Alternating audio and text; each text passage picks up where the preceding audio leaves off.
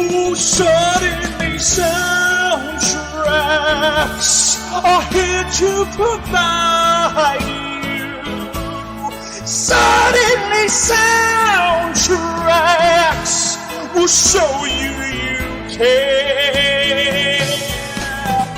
Oh, be more the soundtrack inside you with sweet understanding. Oh, with sweet understanding. With sweet understanding. Soundtracks are your friend.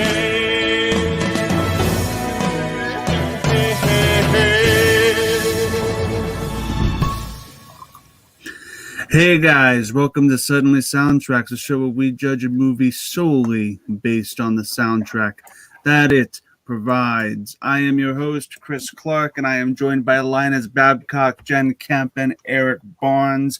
As you know, I'm from Schmidden as the WARFATHER. We are here to talk about the Muppet movie. Now, before we get right into this show, because this is going to be a lightning show, super quick, like a fast food truck, and in the middle of a drive-thru, we're going to get this and eat it and go home. So, the role of the show is this, guys. Each soundtrack is reviewed track by track. Every panelist gives a score depending on how they feel about a certain song. We judge the movie solely based on the soundtrack that it provides. As I said before, 5 out of 5 is rockin', 4 out of 5 is download it, 3 out of 5 is shuffle it, 2 out of 5 is one-time listen, 1 out of 5 is skip it, and each of us, since there's only 8 tracks tonight, each of us only gets 1 6 out of 5. Now, before we go into what many consider to be Paul Williams' masterpiece, I'm going to throw it to Jen. Jen, what are your thoughts on the Muppet movie in general? When did you first see it, and why do you love this film so much?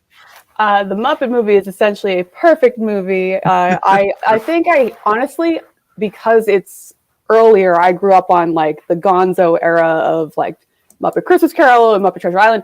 I don't think I actually saw this until I was at least a teenager. Mm-hmm. And it was a very interesting experience because it hit me like really, really hard and like tears. So it's going to be really hard to like talk about this kind of stuff tonight. Most likely there will be some crying at some point. But it is an absolutely perfect film. I revisited it coming up on this on Monday. And once again, just Waterworks, Niagara Falls. But yeah, it is a beautiful film and the music is just one piece of a perfect puzzle. So I'm very excited to talk about this today. Linus, you love the Muppets. You were on Muppet Christmas Carol. And were you on Muppet Christmas Carol or no? You were on the original one back in Take 3, yes. Mm-hmm. You love the Muppets, but what are your thoughts on a Muppet movie? This is a movie I love. I did grow up with this movie. It's something my parents showed me at a young age, along with the regular Muppet Show. It was never exactly my favorite when I was younger, because it's a little slower compared to the other ones. And as a kid, I liked watching the scene where Animal became like huge and destroyed the building, and the rest of it was kind of like, good songs. But I watched it again in my teenage years and stuff like that, and I grew a deeper appreciation for this movie. And it's got a lot of cool messages, themes of friendship, and just a great overall film. Mm-hmm. Erik, you love the Muppets. What are your thoughts on the Muppet movie, and why do you love this movie so much?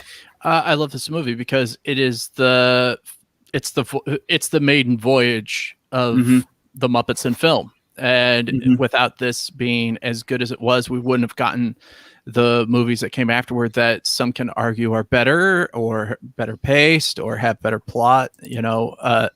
Not to say that this movie has poor plot at all, but without this one, there wouldn't be the others. And it goes to show you how timeless all of the Muppets are as characters, because we're not... this movie is older than all of us. And I don't see felt being performed at me. I see fully fledged characters. And that has to be taken into account of how talented and artistic Jim Henson and Frank Oz and all of the puppet performers are, and how good they are that they're able to do that. Masters of their craft. Yeah. Yeah, the Muppet movie is, as I said, probably these are some of Paul Williams' most iconic. Two of them, at least, are very iconic songs in general. Paul Williams has appeared a lot here on Suddenly Soundtracks. He wrote Muppet Christmas Carol. He wrote, he wrote and starred in Phantom of the Paradise. He is a very huge talent. One of his songs, Sad Songs, made it onto my top songs of all time when we did the playlist. Speaking of which, guys, before we get into the actual show itself, this entire month is dedicated to the American Heart Association. So added to playlist next week will be for pop punk. That will be run by Tim, and he's going to be joined by Maxwell Haddad, David B., and Sean Sully, and James White, and they're going to all be talking about their favorite pop punk songs. That's not really my kind of music, so I was like, you know what, guys, you guys are super passionate about this style of music. I let them take over the show next week, so make sure to check that out. And just all the Mario parties that are happening Saturday on my Twitch and the PJCN Twitch, all fun, so make sure to check those out. There's a bunch of fun to be had for the American Heart Association, with everything that comes in going straight to them. So I'm going to throw it over to you, Jen, for the first song, the most iconic song probably in Muppet history. Is that a strong That statement? is totally correct. Yeah. This is, Yeah. if you're going to know the Muppets, you're going to know the Rainbow Connection. Yeah, this is just, this is Jim Henson on a silver platter, essentially. And just what a way to start like the film debut of the Muppets. But yeah, it's a beautiful, beautiful song about hope and dreams, which is essentially all the Muppets are about. But I think I said this before on a different playlist thing of, I have like this weird affinity for the banjo. I don't know what it is, but I think it comes back to this song essentially because it just reminds me of the warmth and soul of Kermit the Frog. But yeah, it's an interesting combination of Kermit and the banjo because they go hand in hand, and essentially the banjo should be an obnoxious instrument, like that really twangy, almost froggy kind of sound, but it somehow works and it makes this just perfect. But yeah, it's a magical song. You get the chimes and it literally feels like you're just sprinkling fairy dust over this magical little moment. And I'm going to bring this up a couple of times, but throughout this soundtrack, there's a lot of patterns. And one of my favorite is in essentially, I think every single song at some point, the Muppets just kind of do this little scatting thing where they like just kind of sing their own words to just bring the melody up a little bit. So I love that it ends with Kermit just la da da da da da. But yeah, one of my favorite, you could like honestly list the entire lyrics of this song as being just genius by Williams and Asher. But my personal favorite, because it essentially is an encapsulation of the entirety of Jim Henson's mission in life, but it's somebody thought of that and someone believed it. Look what it's done so far, because that really captures the entire Muppet experience. Like Eric, you already said it, of like, if there's any kids listening right now, earmuffs for a second, but Kermit's not real, guys. Okay, like they took some googly eyes and put it on a pile of felt, but Jim, he believed and he put his heart and soul into it, and it makes you believe that it's also true. And that really, like, everyone wants to believe in this magic and goodness, and that's what the Muppets really allow you to do, because the performers are just entirely in on it. And it's just a beautiful thing. You want to believe in the Muppets, and I absolutely believe in the Muppets, and it's because of this song, essentially. This is the beginning of a great moment in time for the Muppets, which I kind of hope comes back a little bit more now that Disney has them push them a little bit more. Guys, we need the Muppets in the world. So yeah, that's the Rainbow Connection. Hear, hear. Eric, what are your thoughts on this? Are we going to give rankings after? I'm going to throw it to everybody for rating. Yep. Gotcha. Sorry. Okay. She put it perfectly. This is I got notes. Okay, I went like hard into this stuff. No. Yeah. Hey, no, that's a compliment on you. That is not. But because you're absolutely right. This is the song. This is the song. It regardless of all the Muppet movies from then until now, this is the song. This is the song that they're associated with. It's the song they will always be associated with. And like John was saying, none of this works unless the performers Henson, the musicians, and the audience are all in. And when it's all in, it's just beautiful and it's wonderful. And how can this not be the song? Because it just is. So. It's just it. It just is. Not just for all Muppet movies, but it's up there for the top film songs of all time. And it didn't win, right? It didn't win the Oscar for some reason. What happened that year? Doesn't matter. We don't remember. And I'm looking it up. Well, we don't remember, and that tells you something, doesn't it? We remember this song, but we don't remember who won. Or what won, I should say. Yeah. So let's statues are statues. That's fine. This is last forever, and will last forever. So that's my thoughts on Rainbow Connection. It's up there with Somewhere Over the Rainbow. Yeah, as far as I'm concerned, it's literally up there with that. Even suddenly, a lot of the most iconic musical numbers ever. This is up there. This is up there with The Rain. This is literally one of, if not the greatest opening number of all time. Would that be an understatement to say? I don't think so. Linus, top 10 easily. Yeah, top 10, maybe top 5. Linus, 5, yeah. What are your thoughts on Rainbow Connection? I see that your 2 Muppets in the back are singing it. Looks like. Those are 2 Kermits. Yeah. I had to bring them out for this thing, but I would agree. In my notes I wrote for this, I put the song because that's what it is. You think of the Muppets, this is what comes up, and it's perfect. And watching it in the film, you get the whole environment of Kermit in the swamp, just on a banjo, stringing away, playing his heart out, and it's a good thing to watch. It's the perfect opening, sets up the characters. Agree with a lot of the things you guys said about the themes, and it's going to live on with the Muppets forever. And it's one of those songs it's everywhere, but I never get sick of it, and I'm still inspired every time I hear it. Yeah. Just so you guys know, All That Jazz is what won the best song of 1979 over the Muppet Movie. And is that song good? I don't remember. It's All That Jazz won Best Original Score and Best Original, which the score was also nominated, but I can understand All That Jazz is like a full-on musical. But for Best Original Song, it goes like it goes from Norma Rae, which I honestly cannot even think of that right now. So you failed us once I'm again. under the impression that the Academy, much like it favors period pieces, also favors songs that aren't sung by fictional characters or non-human characters, I should say. Okay, All That Jazz I've heard of. I didn't know the song though. Okay, all right. Interesting.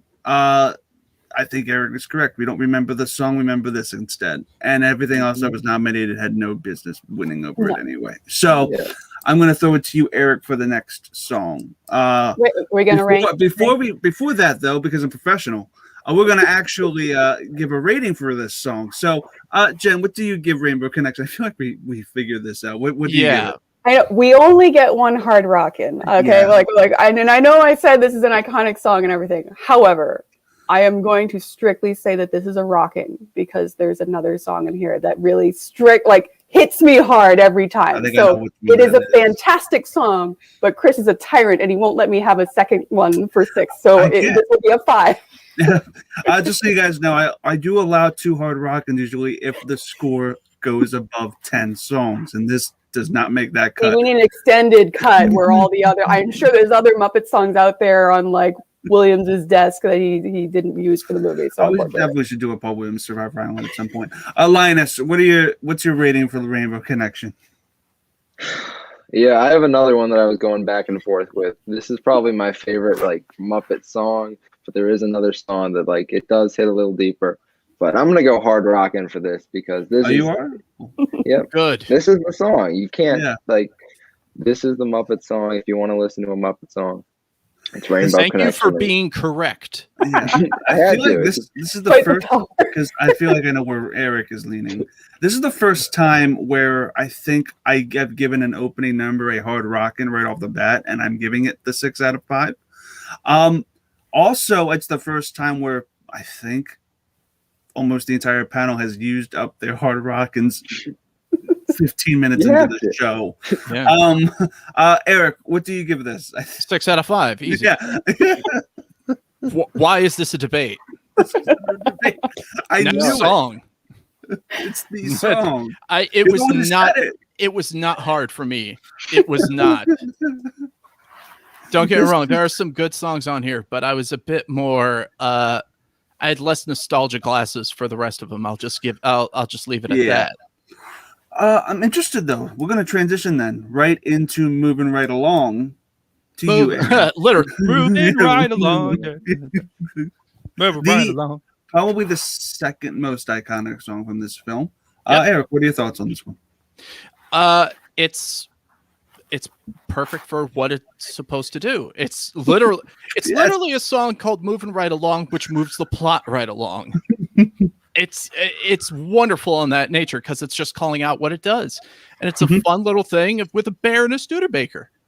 How can you not? I mean, I would say that Rainbow Connection is the one that people that aren't even Muppets fans really love and whatever. But if you are kind of a Muppet puppet nerd like all of us on the panel here, this is the happy-go-lucky one that we go to, and it's even when you're not watching the movie, it's a wonderful road trip song in general. It is.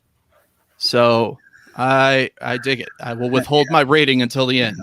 The thing is, though, this song is probably also up there with the most iconic duets in film history because of how, like, this Paul Williams wrote 2 songs back to back at the start of the score, which have stood the test of time. Yeah, this is Guy Love at the pinnacle of Guy Love. Linus, what are your thoughts on moving right along?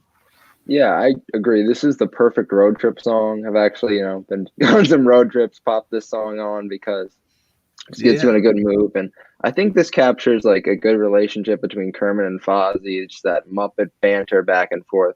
There's so many iconic lines that are written into this song that when you listen to it, it's funny. It holds up. It's got some comedic value to it. And it's a very positive song that puts you in a good mood. Yeah. Jen. Oh yeah, in every Muppet movie, there's at least one that has this like carefree, just bouncy energy, and this is definitely the one for this movie. And yeah, it's the beginning of the great bromance that has lasted decades between Kermit and Fozzie. And I like that it has a nice combination between this. Kermit's got his little banjo once again. You get like this honky tonk piano that really fits Fozzie's character very well. And once again, you get a little bit of the scat. And I absolutely love Kermit's when he does little dug-a-dung, dug-a-dung. That's my favorite thing in the entire song. But yeah, it as it's been said, it's the perfect road trip song. It reminds me a lot of like the Bing Crosby, Bob Hope kind of road to whatever kind of film. It has that kind of banter back and forth the entire time. It has the classic fork in the road line, which is like one of the best jokes they have. But yeah, it's just like, it's really fun. And it's a great way to like start the adventure. Cause like you start with the heart of Rainbow Connection, then it's like, now we're going to meet some more people and we're going to have a little more fun. So yeah, this is definitely, it's needed right in this moment. And it's just great to see how quickly these two like snap in together. And like, they're just a perfect comedic duo. So yeah, super fun song. Before I throw it to the guys, Jen, what do you give moving right along? This is another 5. This is a rockin' song. Honestly, I watched this on Monday and it's been stuck in my head since then. So yeah, it's fantastic. Every once in a while, just dug-a-dung, dug-a-dung, doing washing dishes, dug-a-dung, dug-a-dung. This sort of also acts musically as sort of the opening number to kind of establish where the plot is going and our 2 main protagonists. And it does that in exquisite fashion. This is such a high energy, high. It's just, it makes you positive. It makes you feel happy. It makes you feel positive because this film is going to make you cry, and you need some of this high up and energy before you start watering your plants with your tears. This is an easy rockin' for me. Eric, rockin' 5. Yeah, and Linus for all the reasons the song rocks. Yeah, it's rocking. Yeah. For the Muppet sway alone, like this is one of the perfect instances of that.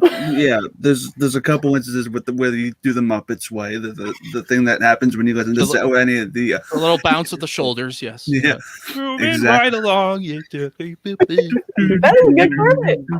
Oh, thank you. That was a really good Kermit. Linus. Rocking for sure. Well, this one is where the fucking soundtrack dips a little bit in my opinion. It's fucking never before, never again. What are you talking about of not Piggy, Miss Piggy? What are you talking? What are your thoughts on Miss Piggy's pretty scandalous kind of song here, which to the ears a lot. Do you like this song? It's all right. Frank Oz.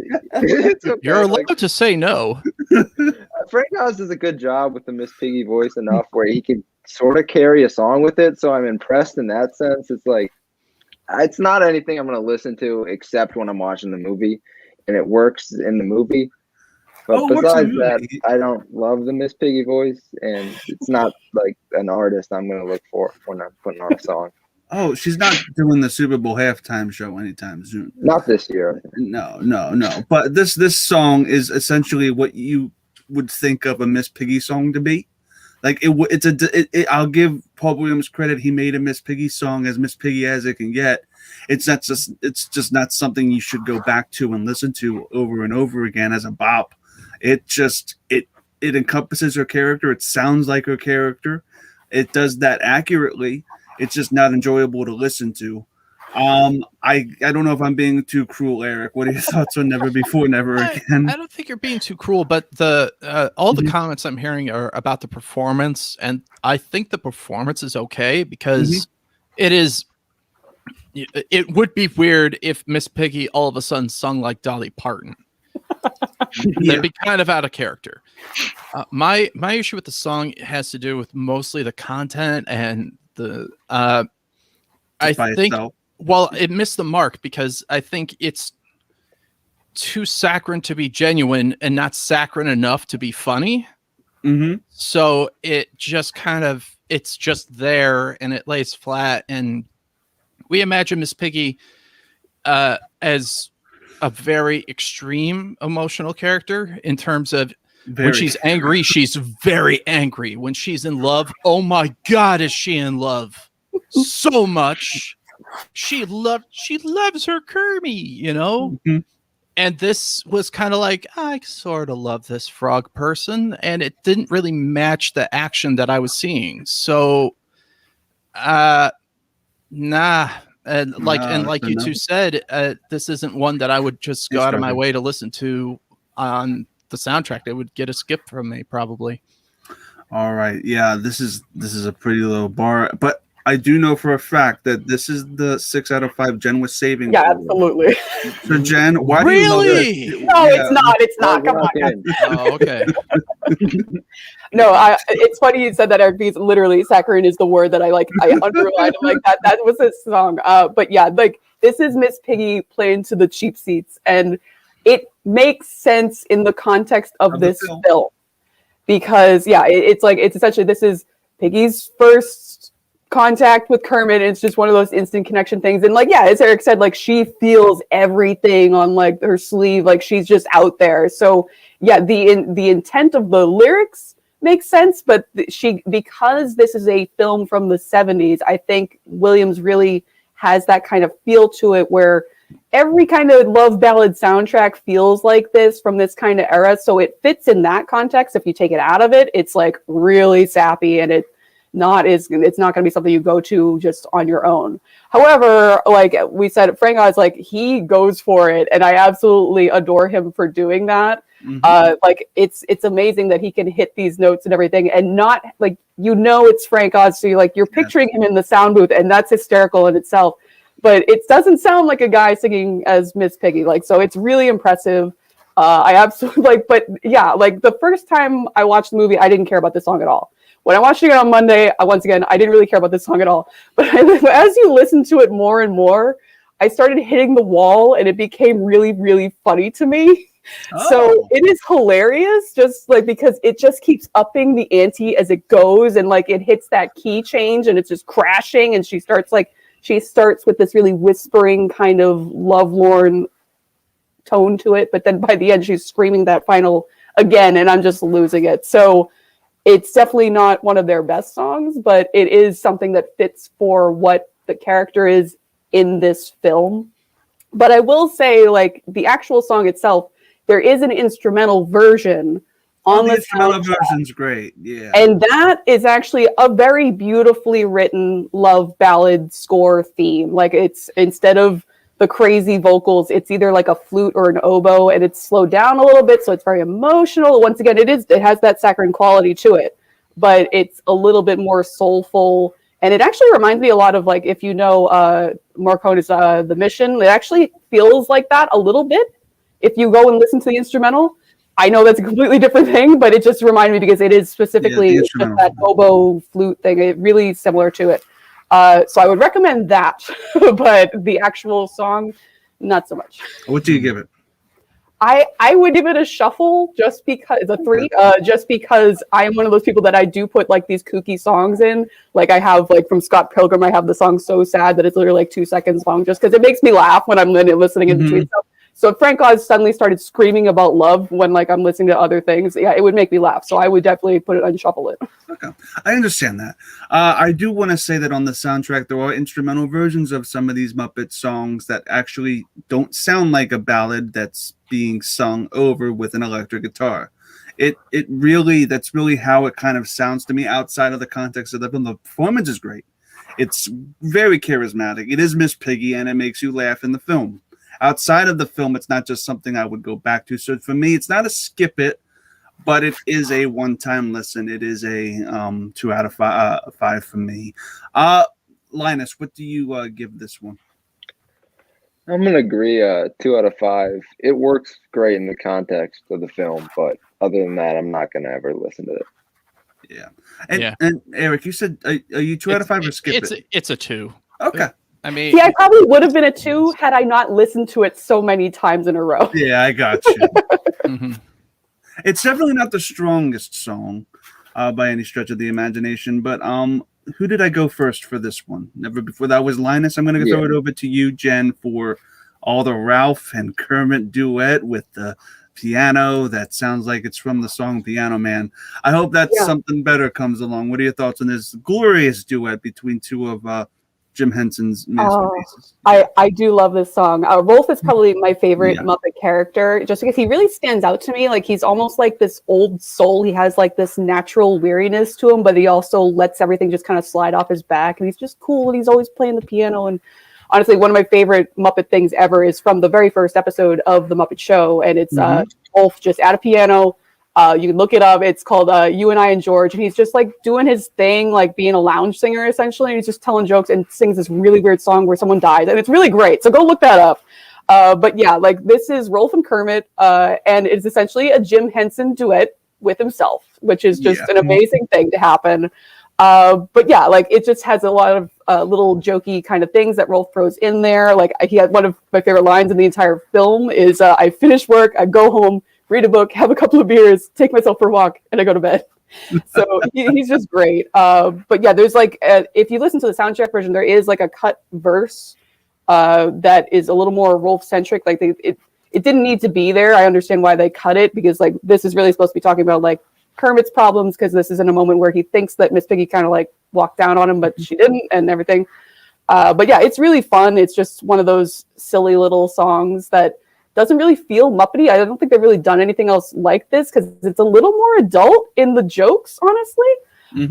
But yeah, like it still has a lot of fun stuff into it, like the little kitty kind of things of I love the way of the use of irresistible-ish. And once again, there's scatting at the end. There's always Muppet scatting in every single one of these. But yeah, it's a really fun song. And there's an instrumental version of this, which is a little bit more jazzy and it's really fun too. It's very jazzy. I would recommend that as well. But I do love this song. Really fun. Rolf is the best. That's the instrumental is during like the underscore. Like I think there's also a cameo by Paul Williams at the piano during this.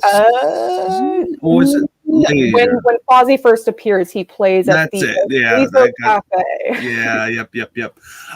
Linus, I hope something better comes along. What are your thoughts on this song, bud? I really like this song. It's that dynamic of the two guys at the bar talking about their girl troubles, but it has Rolf and Kermit, and he's doing his typical salon singer bit, and they stop off. Kermit stops over there for the film. It's a scene. You get that because the scenes with Rolf from the original Muppet Show are just some of my favorites. So it's great they had that incorporated in the film. Yeah. It's a very interesting kind of character musical piece. I don't know how well it translates on the record compared to how to actually watch it. I am into the cut role verse, which was actually in the actual film itself. This I do also appreciate the shout out to King Kong in it. That was great. I knew you were going to say that. Yep. Great line. Yeah, but the fact of the matter is this has that distinctive Rolf like piano sound. You actually hear a lot in like distinctive Muppet sounds. So I do appreciate the piano.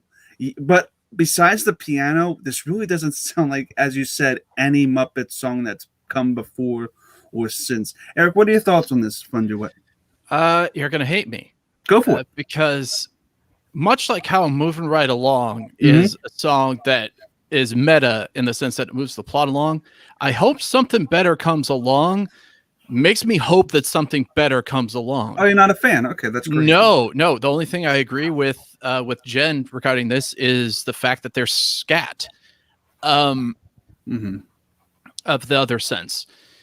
And because and here's the thing, I love Rolf, I love the piano music, but I didn't see the Muppet movie this week. It's been a while because I wanted to see the songs and listen to them and just the isolated scenes as they were presented, and just interpret the songs as the songs without necessarily getting the plot into it, because other people, you know, like Jen and all that, would have done that homework for me. And that's great. But if you listen to the song isolating, I'm like, oh, I'm just listening to two losers hate women. That's all I hear is I just hear griping from a dude frog and a dude dog, be like, I don't know. and then they're like, oh, I don't know about this dog lady and all. I'll wait until something better comes along. It's like, motherfucker, you're no prize either, bud. And you're a frog. Relax. So with that as the context, and it's just like, yeah, okay, what you could be sad about losing the love, but it's more of a complaint about like dames. And I just didn't. It didn't sit well with me. It didn't seem fun, lyrically speaking, which is odd. Which is an odd juxtaposition because of the great piano that was in it. So. Nah, didn't hit me, friends. Didn't hit me. Yeah, I do want to just say that as a song itself, it does plod along, and it doesn't have a really good through line rhythm. It just goes, and they do talk, and they do say their troubles, but you never get a really good sense of the rhythm of the song. Does that make any sense? It just feels like it goes. There's a lot of cute little moments musically, but there isn't really... It wouldn't really work in an actual show itself just because of there's no real rhythm or place to put this in a set list where you can get that rhythm from one song to this to the next. I do agree though that it isn't one of the more stronger compositions. It's probably down very low on my list. If I were to rank these, I would honestly give it a shuffle it, but it's a very low shuffle it. It's a great scene. I just feel like maybe musically this could have been a little bit tighter. Jen, what do you give this? I give this a 4. This is a download for me because I do love Rolf, so I think that really is the connection. But I understand the complaints and everything. Yeah, this is essentially like it doesn't have a hook. Really, like if this was an actual like Broadway show, this wouldn't be something that the main characters would probably be delegated to. It'd probably be more of a side character kind of thing. Because it's essentially like it's a rant. They're just ranting about what's going on and everything. So I understand that, but I love Rolf, so it's a 4. Oh, yeah. 110%. And when Jim Henson died, did Rolf get like retired for like 10 years and like was never used? Kinda. Yeah. He appears in the Muppets, but he has like one line. Has he been reused yet, or no? Is he still like in the background? He's in the background. I don't really remember him in Muppets Most Wanted. He's on the show. Yeah, the whatever 2015 one. Yeah. Linus, what are your thoughts on this? Your rating? I'm gonna give this a 4 as well. I think Eric's points were very valid. The two guys complaining about women, but that's what I kind of liked about it. I thought it was It's kind of funny, just the funny banter of the two guys sitting at the bar. So I'm gonna give it a 4. I'd like it when these are mixed because you get differing opinions. Eric, you're probably lower than probably me. It's a 2, isn't it? Yep. 2. Yep. 2. Yeah, this one was. I only like the piano. That's why it's 2. Well, I mean, piano is Rolf, and I guess that means you agree with Jen. So we're gonna go right into the next song, which is going to my banners. Can you picture that? Which is essentially a hodgepodge of what in my notes I have. This is incredible. It sounds like jazz filled with carousel music with a rock band and a sexy saxophone. That's essentially what this song is. It basically makes you feel like you're on a carousel with a rock band. And it's fucking Dr. Hegan, the electric. It's just fucking phenomenal. Yeah. Linus, what are your thoughts on the Dr. Teeth song? Oh, I love this song. I love your how you described that rock band on a carousel. But the song is hype. It's exciting. You pick up the Electric Mayhem. They're painting the van, all the colors and everything. But it's great to see them just fully rocking out in this song and going full Electric Mayhem with whatever they want, and it works well. It fits perfect in the film. And Dr. Teeth is another one that's been retired because of Jim Henson's passing, and we don't really get much. We get a lot of Dr. Teeth songs in future installments, but we don't get Dr. Teeth with the actual vocal. It's a lot of instrumental, like the one in Christmas Carol is an instrumental. We couldn't cover it because it was an instrumental. Who knows if Henson was alive? It probably would have been a vocal track. Jen, what are your thoughts on Can You Picture That? This isn't my favorite. I do enjoy Electric Mayhem, but yeah, this one is not one of my favorites from them. But it does what it's meant to do. Like it's kind of like a groovy, feel good nonsense kind of song. Like they're hippies, guys. So like this is like just their little anthem of we're gonna just say whatever we want and have a carefree, weird time. But yeah, like I do like it. The harmonies in particular for I think it's Floyd Pepper and Janice for some reason, there's like only one line that they really have really nice harmonies on, and it reminds me of like Lennon and Harrison. Honestly, it's two dudes. So, like I know with Janice is a female character, but it has that kind of quality to it, and that stood out to me. But for me, the real MVP on this is Zoot's saxophone. Like that is the only thing that's really keeping me hyped about this song. So yeah, I absolutely MVP is Zoot. So yeah. Yeah, most of the time, if you add a sax to anything, it makes it even better. Yeah, it really, really does. Eric, can you picture that? I confused him. What are your thoughts on Can You Picture That? No, you didn't confuse me. It's just things are frozen, and for whatever reason, Streamlabs loves to raise the volume, and it's doing it right now on my friggin' headphones. I don't know. This only happens with Streamlabs. Can You Picture That is 70s as fuck, and I love it. It's great. That's my review. It's Dr. Teeth and it's Dr. Teeth and Electric Mayhem. It has the Doorsy organ playing music. Yes. It has, like people mentioned, the saxophone. It forces me to keep pressing volume down on my keyboard when I talk about it. It's wonderful. Raise the roof, yeah. So what do you give it, Eric, before I throw it to the other two? I give it a 4 out of 5. I'm sorry. I'm going to have to do something. I don't know what's happening here. Okay. Do you need to drop out and come back in? I don't know if that'll help. Let me. Yeah, maybe. Go for it. We love internet issues here on the PJCN. Love it. Thank you. Staple of the network. Oh, it's all good. I can kick you out really quickly. I love you. Stop talking to me.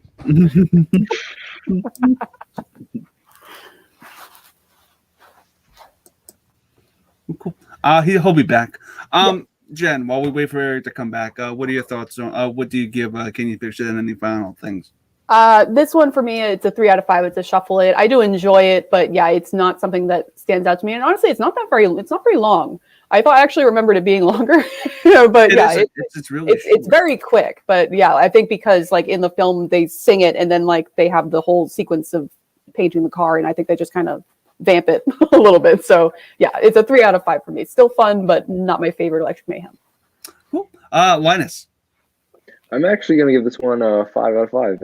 I really enjoy this one. I love the vibe that it has. It's I do too. The saxophone, all the music together for it, and I love the scene in the film in general, and the line, even Santa Claus believes in you. So. Indeed, I actually give it a 5 out of 5 to a rockin'. It does. It has a very, as I said, it feels like it's a rock band on a carousel, and it's exceptionally fun. Now, I'm gonna obviously go to Erik last for this because he's hopefully coming back, and everything will be okay with his computer and stuff because we love technology here. But I'm gonna throw it over to you, Jen, with what I think. I think I know what this is. This is I'm Going Back There Someday, which is Gonzo's basically compliment to the Rainbow Connection, and one of the most beautiful songs ever written by Paul Williams. If you ever go on YouTube, look at the performance Paul actually did with Gonzo live on stage. It's beautiful. What are your thoughts on I'm Going Back There Someday? So this is the one. Yeah. I absolutely love this song. When I first watched the Muppet movie, this destroyed me, and it still does. But yeah, as you said, like this is like the spiritual successor for Rainbow Connection. They're like two sides of the same coin, and it's intentional. Like Williams, like the themes, like they're very similar openings. One's a banjo and one's a harmonica. But it switches from like there's the major key of Rainbow Connection because that's like full of Kermit's optimism and he just wants to do good in the world, and then you have Gonzo in the minor key and he's like he knows he's a full-on weirdo and he's accepted that. However, he is this kind of introverted person, and it just like he is a little bit more hesitant in the way that he wants to approach this idea of dreams and everything. So as a reminder for people, if they don't like, this is a great song. You may not know it just because like you haven't seen the movie. This one doesn't really get played much outside of it. Having said that, it was also played at the memorial service for Jim Henson, and Dave sang it live, and it's beautiful. Go look it up. But yeah, this is a song that is it's kind of funny because essentially the realism of the moment is that Gonzo has just had this whole adventure where he kind of flew off with balloons and he loved it. So you could look at it as that of just him finding this really cool thing that he loves and he wants to try it again. However, this is Jim Henson. So like there's tons of thematic elements to it, and that's really where this clicks, because this is one of those, he had this taste of this pure, joyous, happy moment, and like he's suddenly realized his dreams and everything, and it's been taken away from him, but he knows that he needs to get back to that. So there is a deep melancholy to it, but also this optimism. And while Rainbow Connection is just full-on optimism, this, like, the voice of Gonzo, it's very soft. It's almost like a whisper, and it's just this hopeful feeling that you want to keep it alive. But like, I love that it starts out and it says like it's too soon to feel yet, because you have that hesitancy of, I know that I'm going to be seen as a weirdo and everything. So like, can you tell I'm projecting a lot on this song? But yeah, like I absolutely love this, and it's just a beautiful moment. And it turns from Gonzo like talking about his own little things that he's going through, and it hits the bridge and it switches to, I want you to feel what I'm feeling and share this experience. So it's similar vibes to Rainbow Connection in that. But yeah, like it's a very simple song in terms of the lyrics, but what they mean is so much deeper, and I absolutely love it. And one of the best lines in any Muppet film that really speaks to, I think, a lot of people that are in this era is there is not a word yet for old friends who've just met. I think that speaks a lot to people in this digital era because we're all stuck at home once again. But yeah, it's a bittersweet song, but still hopeful. It hits me hard every time. Perfect Gonzo moment. And it turns into essentially the plot for Muppets in Space, which is an entirely different thing. So there's many different ways you can look at this song, and each one of them is fantastic. So I absolutely love this song.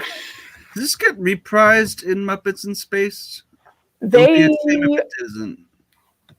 think it was, but it was cut. So if you go listen to the soundtrack, it's there, but I don't think it actually made it to That's the a shame then, because yeah, like I think there's like a live Muppets album or whatever, and it's on that because this is one of Jim's favorite songs they ever did.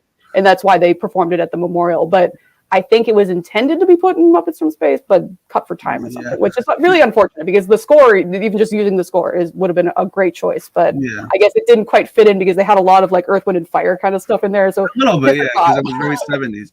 Yeah.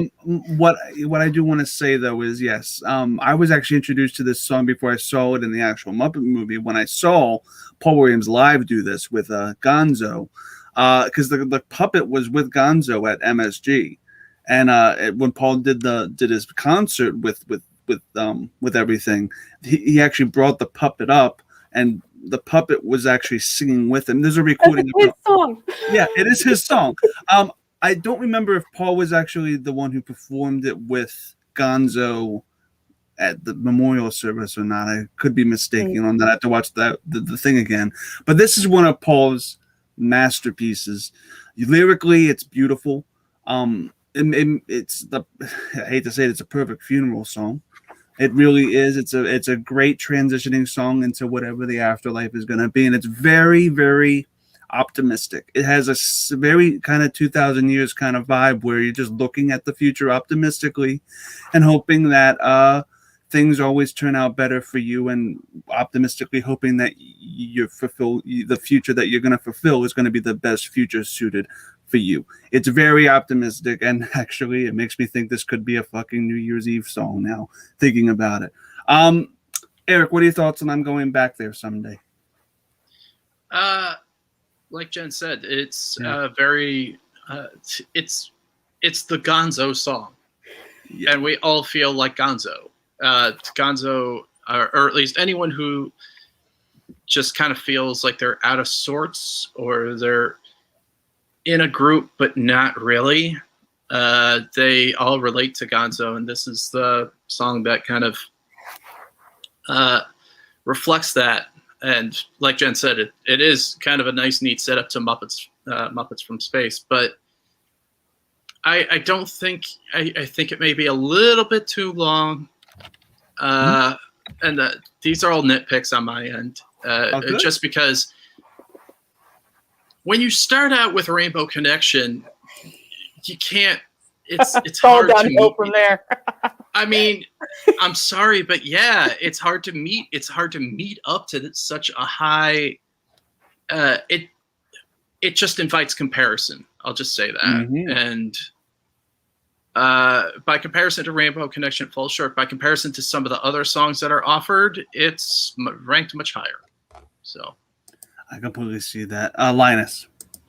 I really like the song. To reiterate on what both they said, all you guys, Gonzo does a great performance here, and it's kind of surprising that Gonzo, one of the raspier voiced Muppets, has this great emotional song, which kind of serves as like the emotional heart for the film. Definitely the moment of the film that spoke to me the most. And this is just a good song if you're ever feeling down, to put on, lift you up a little bit. And surprisingly, it's Gonzo with the performance who can do that for you in this film. So it's amazing.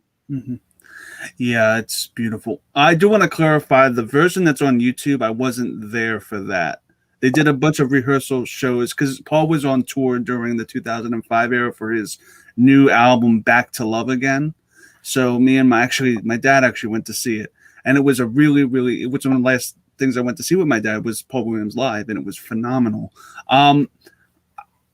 Jen, what do you give I'm Going Back There Someday? This is my hard rocking. That's I absolutely love this song. Specifically, like, this is the most emotional moment of the film for me. And it comes through in just listening to the song because I know this moment. So I definitely have projected a lot of my own inner thoughts on this, but I absolutely love the song. It is my hard rockin'. If I didn't use my hard rockin' and Rainbow Connection didn't exist, this would be my hard rockin'. This would be my second if there was more than 10 songs on this record. But it's a 5 out of 5 rockin' for me. Linus. Yeah, I had both this and Rainbow Connection as hard rockin', and then I looked at the message again and saw the only said 1. So I had to make the tough decision to put this one down to 5. But in my opinion, it is kind of on par to Rainbow Connection with that sort of other side of it. So they're both the songs of the movie for me. So definitely and 5 out of 5. And Eric, you differ. What do you give this as a rating? I had it at a 3. I'm pushing it up to 4. Oh, cool. Out of 5. And also 4 out of 5 is Can You Picture That? That was my rating. Oh, Sorry yeah, about that technical. No, That's fine. It's my technical snafu. I don't know what it is. I think there's some form of miscommunication on my laptop because between my USB mic and my headphones, they just thought, raise the volume and do that live all the fucking time. Has that happened to you before besides here? It happened to me on my previous appearance on a Schmodown after show last week. Oh, that's great. Yeah. Technology is like worst. I love the fact this is a recurring problem that is apparently ungoogleable. Oh, that's great. Wonderful. So hopefully this works. You guys can hear me okay, and I'm not like my laptop mic isn't. Good. You're not picking up my neighbor snoring or anything, I hope. Oh, if it could, that'd be great. No, I'm just kidding. No, I'm glad it's not. Okay. But yeah, point being, technical issues aside, 4 out of 5 for both of those. Yeah. Those jams. I'm glad that we were able to coerce you into bumping up your rating a little bit on this one. We did it. We're brainwashers. We're brainwashers. Anyway, we're also... You're allowed to just convince people to change their mind. It doesn't have to be malicious. Speaking of malicious, America. No, that's a terrible... No, that's the best segue. That's a great segue. America the Beautiful. Fozzie's like 52nd. Oh my God, I can't believe I said that. 1 out of 5. Move on. 1 out of 5. America. Linus, what are your thoughts on America? This is a quickie. What are your thoughts on your rating? Oh my God. It's cool, kind of forgettable in the movie, but when you see it, it's fun. Fozzie is very patriotic. I didn't really know that about his character, but seeing him go all out for America and screaming his praises, and there's some cool landscape shots of the country, so it should be more Sam the Eagles jam in my opinion. That would be a lot better. That's a good point. Yeah, Sam the Eagle probably would have fit this a little bit better now that I'm thinking about it. It's now a 2 out of 5 instead of a 3 out of 5. Yes. No. Okay. Fozzie has no point singing in this one. This could have been Sam the fucking Eagle. Jen, what are your thoughts on this one? Hey, patriotism swells in the heart of the American bear. Okay, Sam Eagle should have had a little bit to do with this. I'm a little I think at the beginning of the film, Sam Eagle does ask Kermit, will there be patriotic representation in this film? But they did it at the beginning. They should have done it then. I think Kermit intros this of saying this is our American moment or whatever. But that should have been Sam. But having said that, this was a needed comedic chaser because it's very close after the former song, which is very bittersweet. Yeah. So this song should be dedicated to Sam Eagle. But I do enjoy it because everybody loves Fozzie Bear. But this is one of those things of Fozzie does not have the greatest singing voice, but he knows you don't have to be perfect. You just got to be loud and you got to put your whole soul into it, and he definitely does that. It's not the national anthem. Yeah. Everyone keeps forgetting that. It is not the national anthem. It's just national favorite song, I guess. But yeah, and once again, there's Muppet scatting in this with the bum. So yeah, I do enjoy this song. It's definitely not the best, and it's not written for the film, obviously, but it's just a nice little Fozzie Bear moment because this is his only solo song. So I think that's probably why he has it. So yeah. You're right, Fozzie can show his patriotism by not voting Reagan. He doesn't have to sing. Because it is 79, I think. So yeah, this is a little fun ditty that you could put on a playlist of some magnitude for patriotism. But I wish there was probably a kind of a more original song here, but it's filler and it gets us to the finale, which I'm going to give Eric you the honors. What are your thoughts on the finale, the Magic Store? A solid finale. It's for the movie. It's great because there's a lot of action scenes and all that type of stuff. There isn't really a lot of singing until the very bitter end. If you were to just listen to it, that's completely as a soundtrack. That's my problem. I mean, it's fun for just gags and all that type of thing. It works well in the movie on its own. It just feels like a prelude to Rainbow Connection again. It does, yeah. And you know, I like it. I like it because it's a prelude to the best damn song ever. But that's all that I treat it as a prelude to it. But it's a nice little fun thing about if you were to just watch the scene itself as a video, it just reminds me of, oh, I'm making fun stuff with my friends, which is really cool and inspiring and something I wish that we were still doing. Yeah. Not to be a downer in this pandemic, but it just makes me whimsical about making fun things with the friends and the heart of making the show and the heart of entertainment. So I'm of two minds on this song, and I'll give my final rating when everyone else talks about it. This one, I feel like you kind of nailed it. It doesn't really have too much of a through line until the end. And my Mandela effect, I was actually talking to Jen before we started, was that I thought I could have sworn that this movie ended with a big band version, a big reprise of Rainbow Connection. And to an extent, this has a little bit of that, but it should have been the whole enchilada. There should have been a huge reprise of Rainbow Connection with everybody, and it should have been full length, and it should have been a giant bookend. Bookended with Rainbow Connection. It should have been that. And they finally did it, but it was like 25 years later in the Muppet movie. But I feel like this could have been something that that could have stuck a little bit more. And as a finale for a Paul Williams score, this doesn't really do it for me. It is a solid shuffle. It's not terrible, but it just doesn't stand alone at all whatsoever from the rest of the album. And it's a shame because this is a finale for a really solid movie that just musically by itself doesn't stick the landing a little bit, in my opinion. Before I throw it to the other two, Eric, what do you actually give this? I give it a 3 out of 5. Oh, okay. Split it right down the middle because because as a song itself, you know, I'm probably not going to just listen to it independently, but in terms of how it is served in the movie, it works. It works on cinema. It just doesn't work outside of it, which is why I have to give it a halvesies. It just could have been more. Linus, what are your thoughts on the finale? I like the song. It's catchy. It's kind of fun, but as a finale, as you guys were saying, you kind of want something grand that like fully wraps everything together, and you get this a little bit with Everyone's kind of made it in Hollywood, and that's kind of some of the gags in the song. But I think seeing Rainbow Connection again, having everyone tied, singing that at the end would have been probably better. But the song's fine. It's catchy. It works for what it is, but I think they could have done something a little bigger. Jen.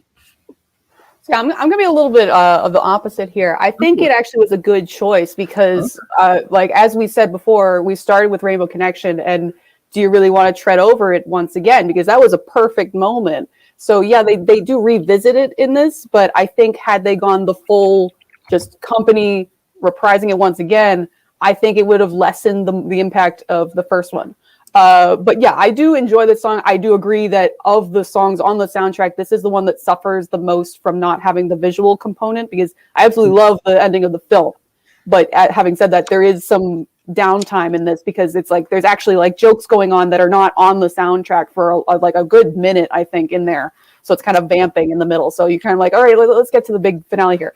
But yeah, it starts out with like this excited, upbeat, they're going to put on a show. And it does feel like this is the moment in the film where both Jim and company, like they're like just talking about themselves. Like, cause this is what we do. This is what we love to do. We all grew up, we were class clowns. We just like giving joy to people, and we're doing it now. So they have that, and it switches over like after a long period of vamping to Rainbow Connection, where you have like the big four all get a little bit of verse in it. So it is switched from Kermit's dream to our dream as a collective. So I like that.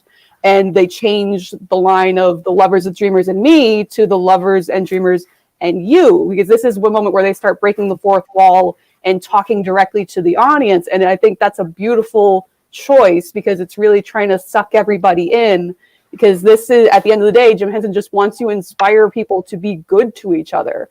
So I do love the film version because like you can hear it and like there's this really bombastic kind of sounds to it, and that's like the entire set is falling down, and then a rainbow comes in and they're all at the end of the rainbow because they're golden and they're beautiful. And the first time I saw the film, I was like, what the hell is going on during that moment? And then it like, clicked. I'm like, oh my god, that's so beautiful. But yeah, and it's fun. I like the final verse of the Life's Like a Movie, Make Your Own Ending, because again, this is like, we set out what we were supposed to do and everything, of giving hope to people of, this is what we wanted to do. This is my dream. I've achieved it. You can do that too. So I absolutely love that message. And once again, like, you got to put a little bit of a joke on there. So you got the, like, the animal kettle drums at the very end, and the Swedish chef is thrown in, not in the film at this moment. They just took the line and have the feeling is okie dokie. And then, yeah, so you get one final Muppet jab in there on the soundtrack. So I do really enjoy it. But yeah, it does suffer from not having that visual component because that's such a big moment of the entire performer cast, and everything that they've ever had is just all together. So a beautiful bookend to a perfect film, but musically, yeah, it's not the best song on the soundtrack. What do you give it? I would give it a 4. I give it a download because I like, if it was just that chunk at the end of from Life's Like a Movie to the end, I'd probably say it's a 5, but it's not. So it dropped to 4. Yeah. Linus, did you give a rating? No, but it's a 4 for me as well. For really solid song, but I think they could have maybe done something more grandiose for the ending. Yeah, I wish they did too. So, guys, we're gonna go into overall thoughts. Before we go into that, though, let me actually do some promo before I, because I kind of want to separate this because we all just basically said a lot of stuff. We're gonna do overall thoughts in one particular second, but first things are first. On Friday, guys, we will be doing let me get that fucking thing off of the screen really second.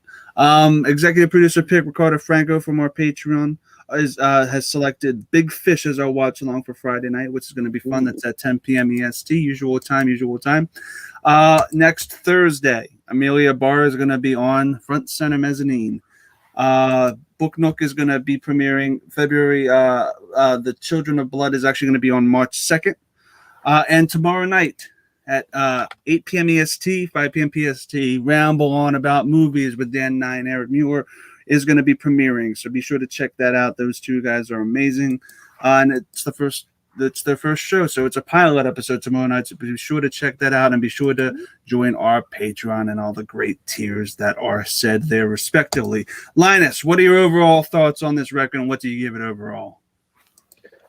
Big fan of this record overall. Overall, I'd give it a 5, probably 5 out of 5. There's tons of songs that I go back to and still listen to, and I think hold up really well in the film and hold out really well outside of the film.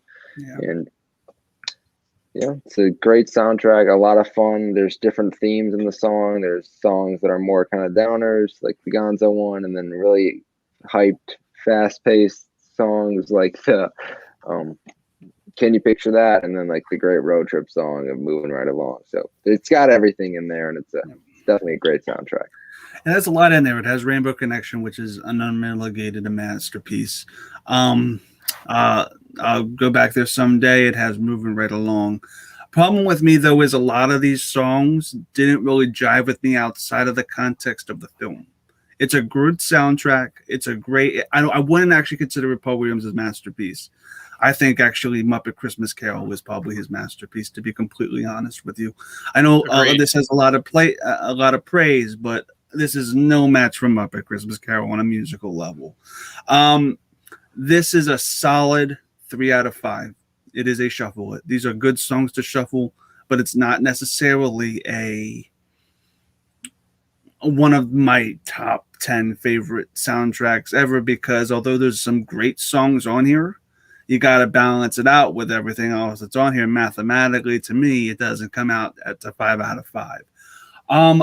Jen, overall thoughts on Muppet Movie?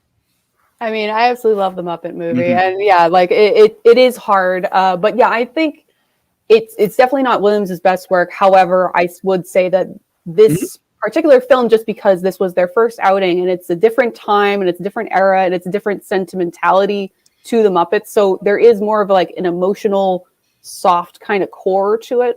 So having that connection with the film, it still speaks to me through the soundtrack, even though there are a couple in there that kind of dip a little bit. So it probably would be a 5 out of 5 for me, just because Rainbow Connection and I'm going to go back there someday, like they exist on this. So like that's automatically going to push it up, and it's the Muppets. So how can I not be optimistic about the Muppets? So I'll give them a boost for that.